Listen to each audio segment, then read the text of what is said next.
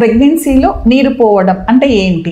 నమస్తే, నేను మీ డాక్టర్ పద్మలత, యారాసి మాతృత్వ ఫర్టిలిటీ సెంటర్ ప్రొద్దుటూరు. ప్రెగ్నెన్సీలో బిడ్డ లోపల ఒక వాటర్ బ్యాగ్లో ఉంటుందండి. అంటే ఆ వాటర్ బ్యాగ్లో బిడ్డ బాగా ఈదుతూ ఉంటుందన్నమాట తల్లి గర్భంలో.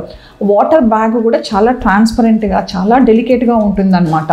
ఆ బ్యాగ్ పైన ఉన్న మెంబ్రెయిన్ అంటే ఆ పొర కానీ బ్రేక్ అయిపోతే లోపల ఉన్న ముమ్ము నీరు బయటికి వచ్చేస్తుంది అనమాట. దాన్నే నీరు పోవడం అని అంటారు అనమాట. మీరు యూరిన్ పోతుందా, నీరు పోతుందా ఎలా తెలుసుకోవాలా అని అంటే, యూరిన్ పోయేదైతే మీకు తెలుస్తుందండి, యూరిన్ పాస్ చేస్తున్నారు అని. కానీ ఉమ్ము నీరు పోయేటప్పుడు మీకు తెలియకుండానే వచ్చేస్తుంది అనమాట. దీన్నే ప్రీమెచ్యూర్ రప్చర్ ఆఫ్ మెంబ్రెయిన్స్ అని అంటాం అనమాట. యూజువల్లీ డెలివరీకి ముందు ఇది ఒక్కొక్కసారి బ్రేక్ అవుతాయన్నమాట. లేదా ఎప్పుడైనా ఇన్ఫెక్షన్స్ ఉన్నప్పుడు కూడా ఇవి బ్రేక్ అవుతుందన్నమాట.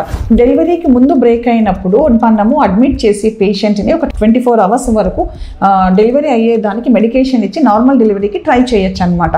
అలా కాకుండా 7 నెలల్లో, 6 నెలల్లో, 8 నెలల్లో కూడా ఉమ్మునీరు పోతుందండి.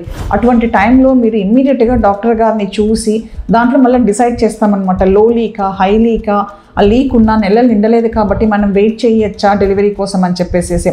సో ఈ నీరు అనేది ఎప్పుడు పోయినా కూడా మీరు ఇమ్మీడియట్గా డాక్టర్ని సంప్రదించాల్సి వస్తుంది. Thank you.